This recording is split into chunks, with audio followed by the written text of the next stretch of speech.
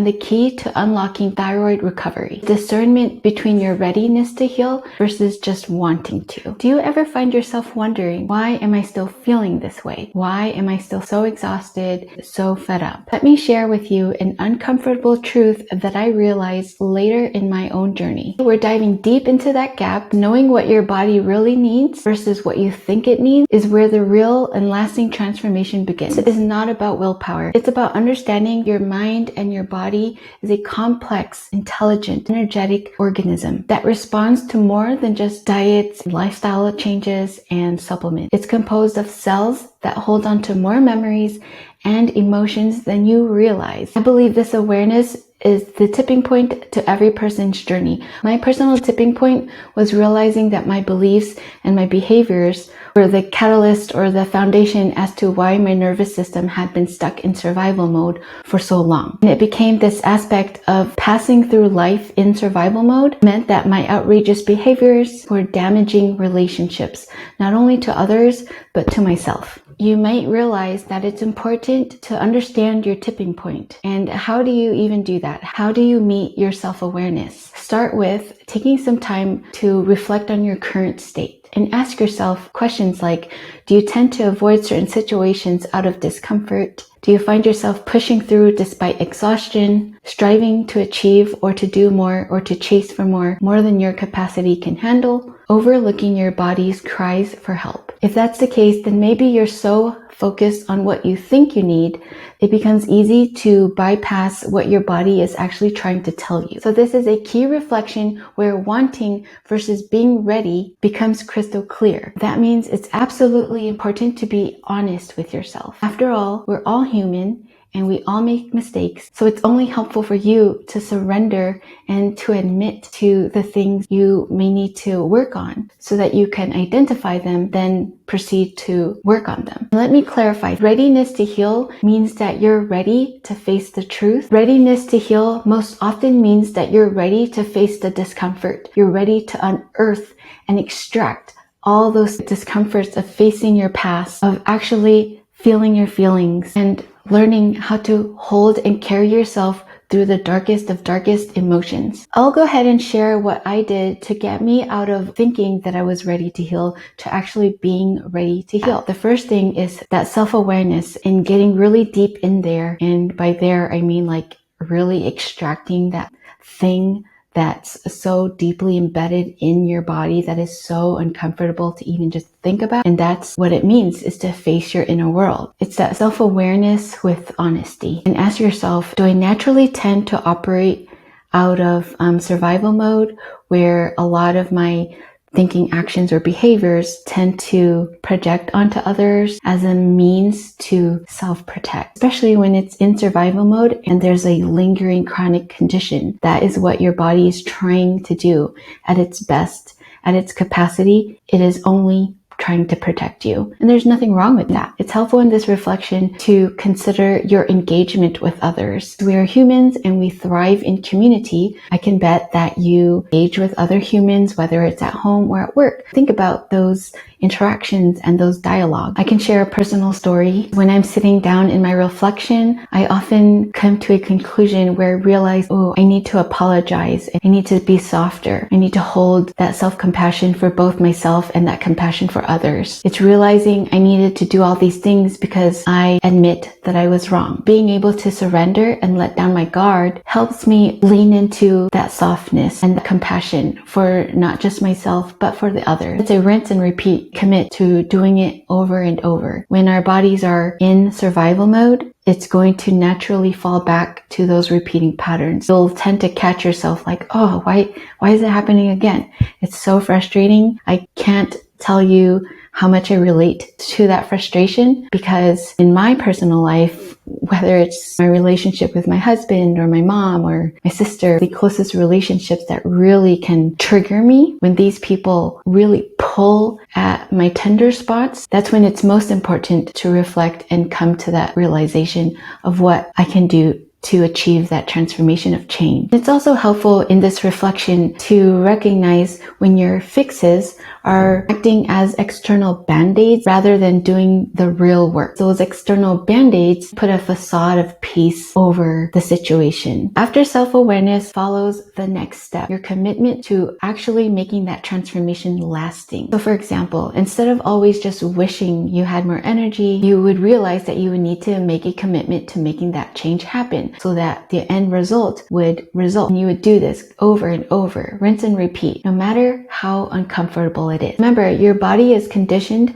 to be living in survival mode so that it will naturally just fall back to those natural patterns to keep you safe. Your commitment to changed behaviors is going to alarm your brain and your body that this is uneasy, unsafe, because it's different and it's unfamiliar territory. So to help yourself through this process, practice self-soothing tactics. These practices are especially important to practice daily as you commit to making changes, because that's going to constantly pull your body out of safety and into unfamiliar territory. A helpful self-soothing thing that I like to do is verbally out loud speak up. I am safe. I am okay. It's okay if I take it slow. I guess it's basically encouraging yourself like you would a toddler. And I don't know much about raising kids, but I do have toddlers in and out of my life here and there. And I kind of observe they like repetitiveness. And that support can be applied to our nervous systems as well, because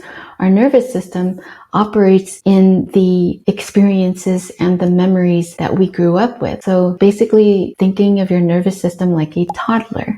And most importantly, bringing in that self-compassion and taking it slow and rewiring your nervous system is a work of art. It's going to take time. So another aspect when it comes to actually doing the work is admitting when you're stuck. Maybe it's just me and my type A controlling personality, but oh boy, it's really hard for me to admit when I'm stuck and I need some help. When you can admit that you're stuck, tell yourself again that it's okay. Ask for help. Living with thyroid disease sucks, let alone battling the emotional and mental wounds that naturally just come along with the ride. Whether it's seeking support from a trained therapist, a coach, a community, all of these types of support nurture your nervous system and makes the journey way less lonely. Honestly, trying to navigate such a condition like chronic thyroid disease or battling inner emotional wounds is like trying to build a house without a strong and firm foundation. You need a team, you need support,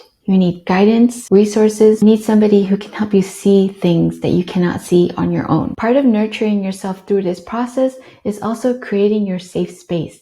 Environment impacts our well-being, and it can very well make or break your progress. So it's helpful to build small routines that ensue calmness as you journey through this, like a consistent bedtime routine, self-reminders to take deep breaths throughout the day, taking breaks throughout the day, especially if you work in an office space and you're surrounded by, I guess, people or things that are more triggering for you. These small practices make a big difference in the journey. These practices, simply put, it's just about creating a safe environment that signals to your body that it's safe to rest, to surrender, and to let go so you can actually heal. So these are the things that finally launched me out of my vicious cycle of exhaustion and my patterns of self-defeat due to my unhealthy patterns. And it took a lot of time before I finally started to see and feel results, over a year even, but practicing them helped me become more attuned with my body, and I was able to witness by feeling that strong connection between my brain and my body. For example,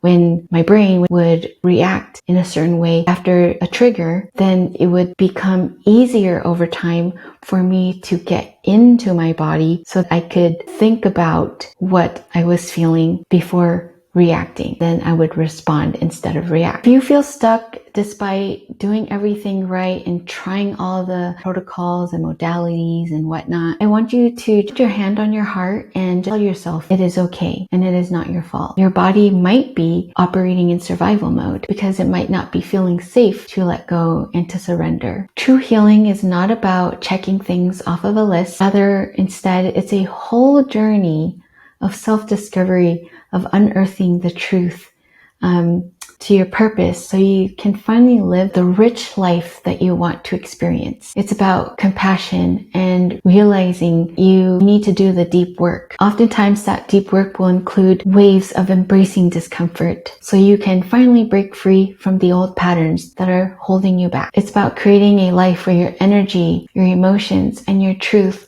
all align into this beautiful puzzle so not just your thyroid can breathe easy, but your life can finally feel most authentic for you. If you're listening to this and you're thinking, oh yes, that is me, then this is probably your sign to finally take some action and to put yourself into that place of discomfort. And just start there, putting yourself into that place of discomfort, because now you've entered a place after the self-awareness. Don't let another day slip by in your cycle of exhaustion and your patterns of self-destruction. You deserve to feel better. You deserve to live a much better life that is more in tune with you and how you want to live. Are you ready to face your inner world? I would love to hear from you. Let me know in the comments. And it would be so encouraging for me if you could like this video and subscribe to my channel, Hopeful Thyroid. I'll see you in the next video.